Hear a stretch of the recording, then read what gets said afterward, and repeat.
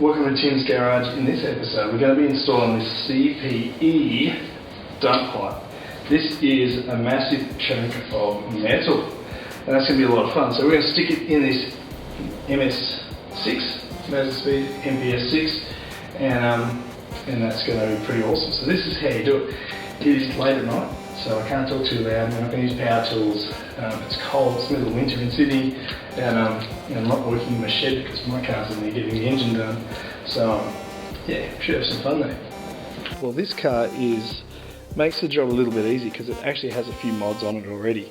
We see we've got a CPE cold air intake there, and what that means is that from your turbo, it actually takes air from down here in this area, and you've probably seen me talk about that in other videos. It's a really good idea. The only thing you've got to be a little bit careful about is sucking up water in that, but if you can avoid that, that's all very good.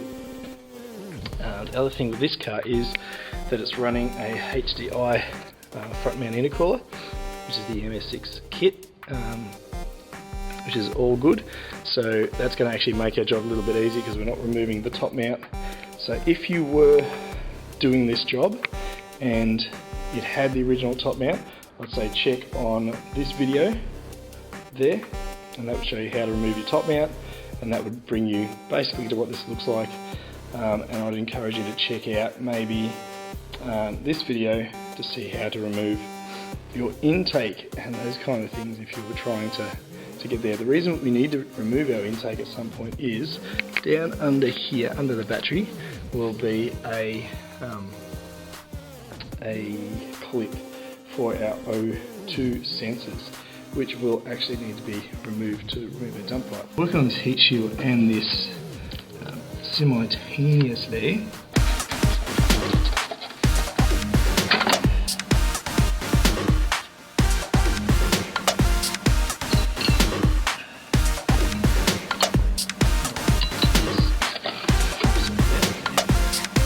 In here, what I'm working on is heat shields.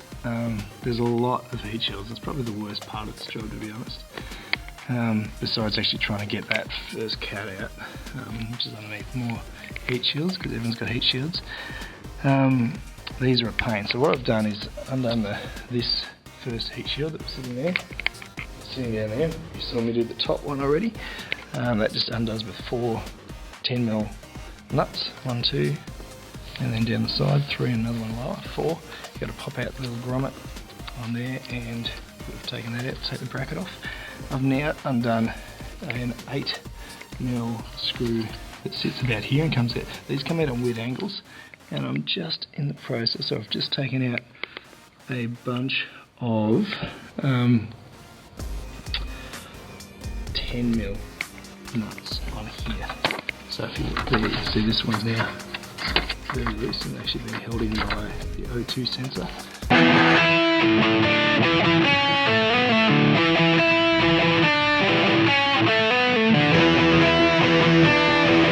Just taken off the battery, and now we're looking at the O2 sensors and where they connect.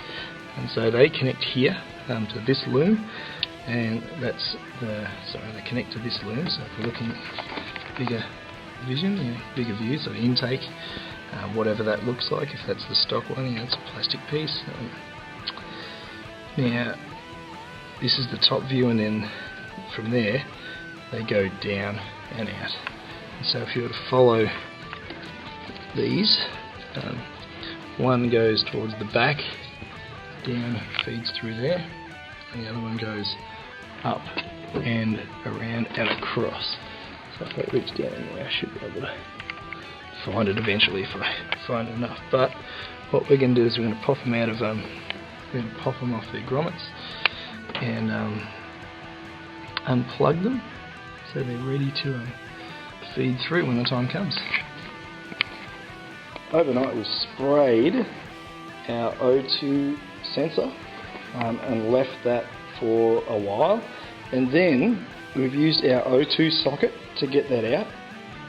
You put that on, and what I generally do is I put it on and wiggle the socket back and forwards. So I give it a little bit and then spray it and bring it back and just sort of slowly work it. You will generally, I've found pretty early on, realise if it's welded or not, if it's seized or not. If it's good, you'll sort of feel it bite for a bit, and you'll break that, and then you can almost undo it with your fingers. It comes out really well. Sadly though, this one, when it came out, you could see, I'll try and get a better camera view of that. It has actually welded. You can see that the metal's just stuck in there. So that's a bit of a pain, but that's alright. We'll see if we can tap that a little bit more, and that is still may thread into the new dump. So if that's good. Otherwise we'll get another one.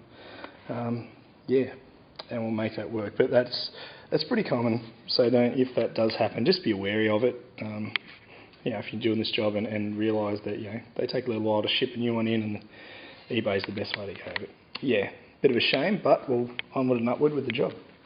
We can see there, that's the bung, it's the hole. You can see some metal shards where that was welded in around the edge of that. That's the O2 sensor, and there are our studs. There's 5 studs on this, and I'd guess the easiest way to work out where they are is to look at your new dump pipe. Have a look at that, and that'll give you a reference point. But basically there's one at the top, where's my finger, there's one there, one underneath it, there's one directly under here, and then 2, 1 and 2. We will be able to get to 1, 2, 3 and 4 very easily. So 1, 2, 3 across the top, 1, 2, 3 and then 4 down there. The other one I find actually easier to get from underneath the car. Sounds a bit weird, but that's what we're going to do. The next thing we're going to start working on is, you can see some bolts there, heat shield, so we're going to remove them, and then underneath the heat shield, if you can get in there, you can see just there is where some of our other connections are for the lower part of the dump pipe. So once we get a couple more heat shields off, we're about to go under the car in a second, remove some of the heat shields from there.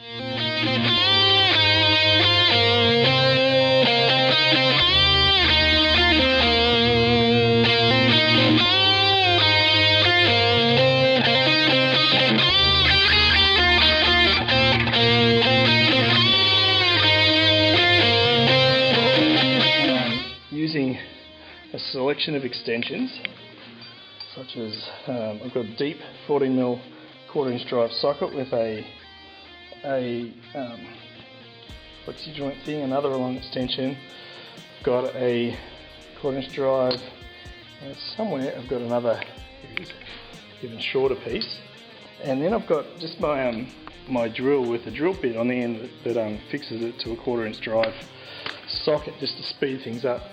Once I cracked the nuts, and I actually used you can use whatever you got, but I used a 1/2" drive. This one was, once again, deep socket for this, and if you're working on these cars, I'd recommend, I only really bought the 1/2" 14mm deep socket, but I've used that, and then cracked each of the nuts, 1, 2, 3, 4, 5, like we said, in turn. And now, if I move that, that's actually free, the whole thing. There it is. If I pull it off, there's a stud. It didn't come out down the bottom. 1, 2, yeah. Where did I put that last stud? Anyway, it's probably all the studs falling down under the ground, but that's actually free. So if I pull it out, that should actually almost drop down. There is something that it's sitting on, but that's free now, which is good. Next, excuse me for the cough, we've taken off the wheel. In here, we've got some plastic covers. We need to remove them because in there is our tensioner for our belts. And so if you look down here, you can see the belt system of the car. You can see the tensioner down there. We need to undo those because we need to remove or loosen off the alternator before we undo our engine mounts, lean the engine forward and pull that dump piece out here. We also need to get off the heat shields off that, which should come off fairly easy now that that's free. But that's where we're at. You can see this space is quite limited at the moment, so when we move the engine forward, that will give us better access to that. But this is this is probably part of the hard bit done. We've got to get this dump out. That will be also tricky, but yeah, so you can see the pile of nuts and bolts that we start to acquire on this job, and that's all right, that's all part of it. So we'll homing it upward. Let's see if we can work out, undo these tensioners, move the alternator. That'll give us some space to do some more stuff.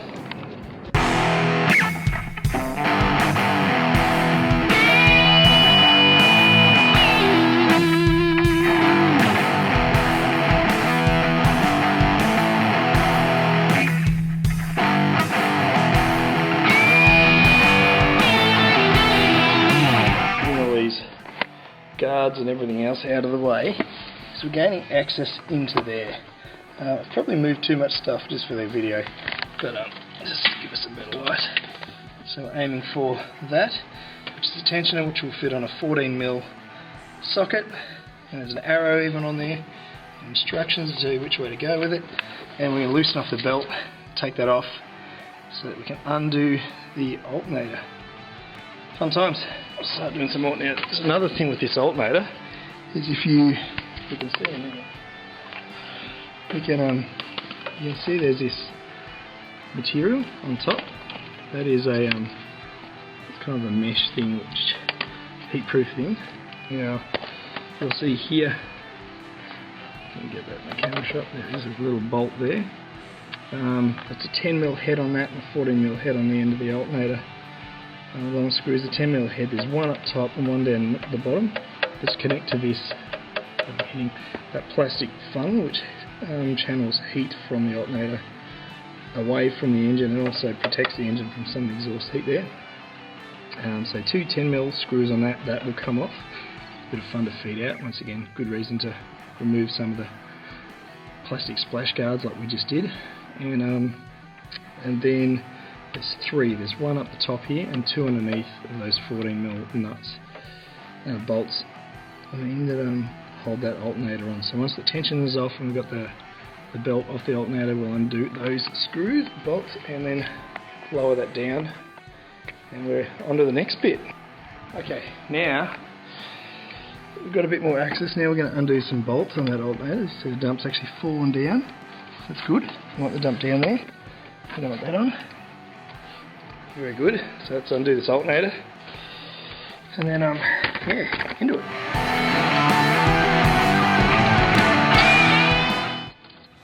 We are so I've gotten that bar off that was sitting across there. That was very tough. Got to say those bolts were amazing. We've got in, where are we looking? That seems like a very close view. We've gotten our bolts off that part of the exhaust, and now we're working up in, taking off the other ones. So I'm using a 1/4" drive with a flexi joint and a deep 14mm socket for that. So they're 14mm. I think these are 17mm on the big ones. Just so you know, if you're trying this at home, these are really tough. Like, I smashed my finger before. That's okay, but that's how you do it. Anyway.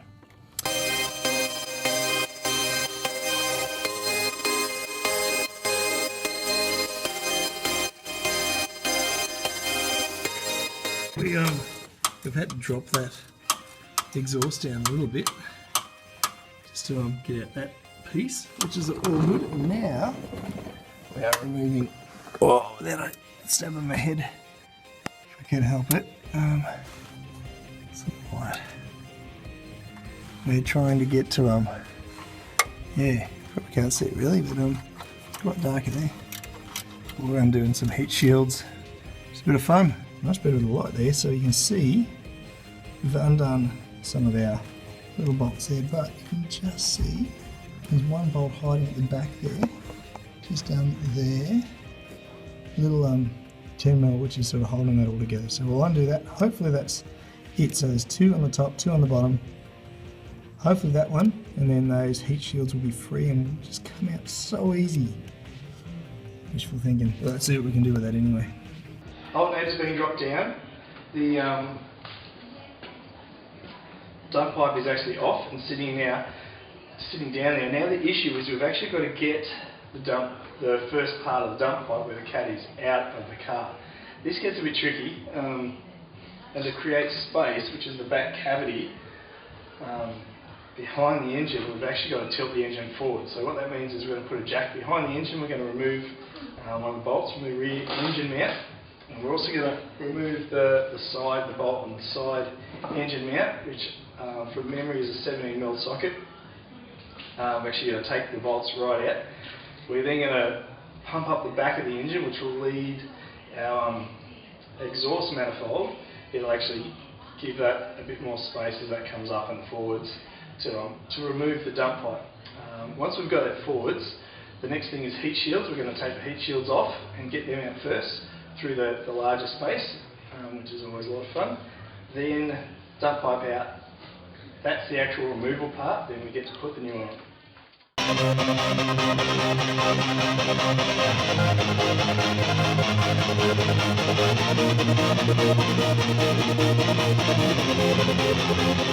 Okay guys, this is probably the most important part of the whole thing.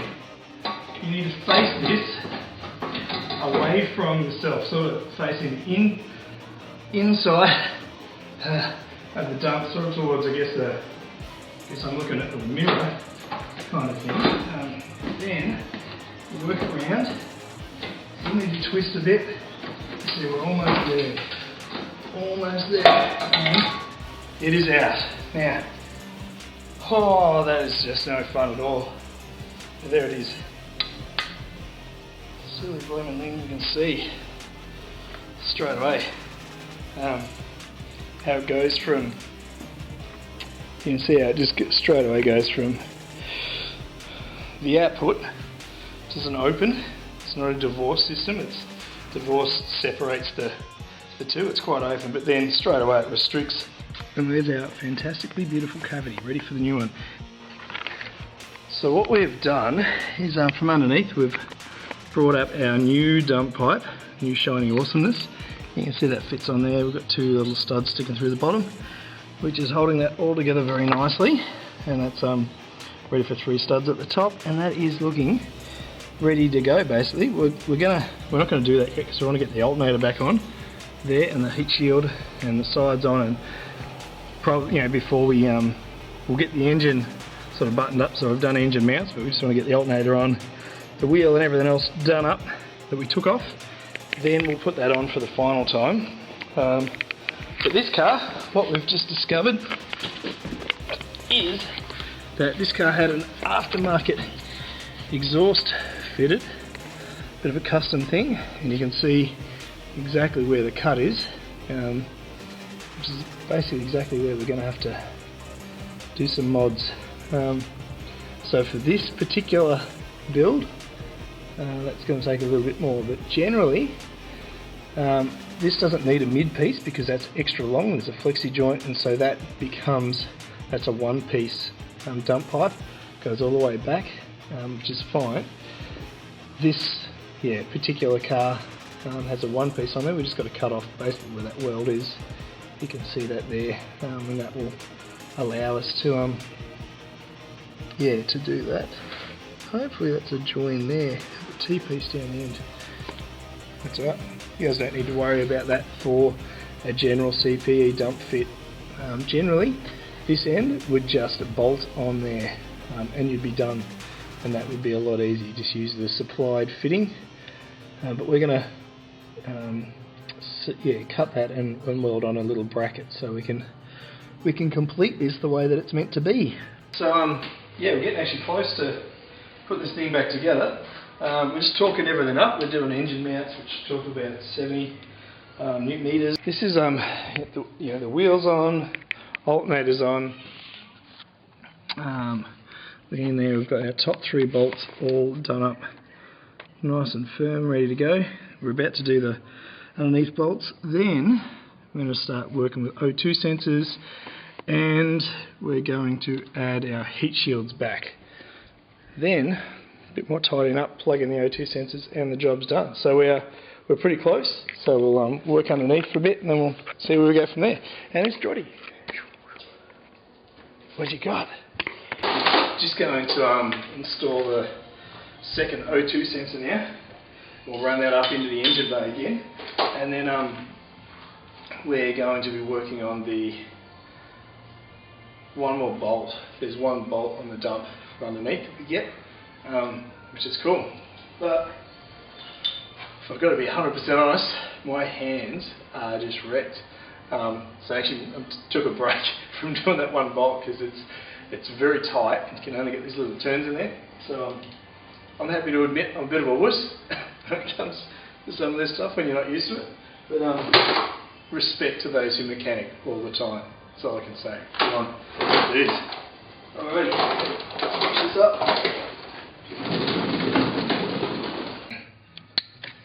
There we go.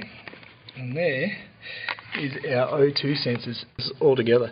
You'll notice that the mounts, which are on this kind of a gold coloured bracket, really can't be used again, just because of the extra way that they all face, the extra length that's needed generally for the extra the dump pipe and that kind of stuff. So that's that anyway. That's they're done. I will tie that. It just sort of flaps. I don't like that, so I zip tie it generally. I've run the other one behind that firewall, so just behind there is where I've run that other the other O2 sensor. Now everything's done up on this. I'm now going to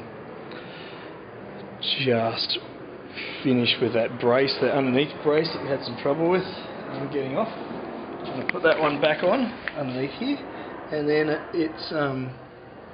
we're pretty much done underneath the car. Then all there is the heat shield on the very top to go back there.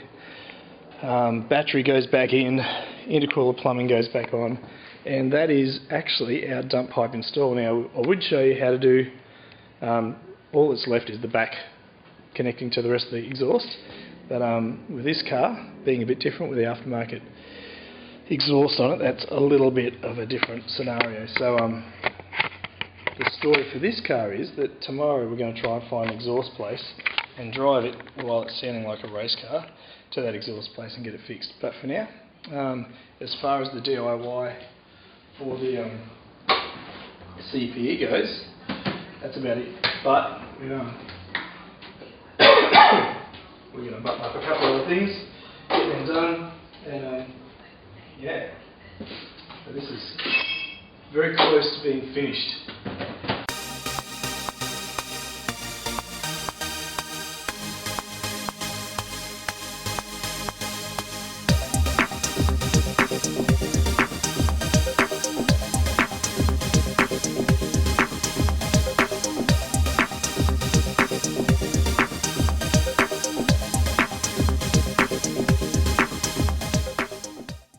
So thanks for watching the install of the dump pipe on a Mazda Speed 6 or MPS 6. Hope you've enjoyed that. If I've missed anything, please put it in the comments, help each other out, and thanks for watching Tim's Garage. Thanks for subscribing, and we'll see you next time.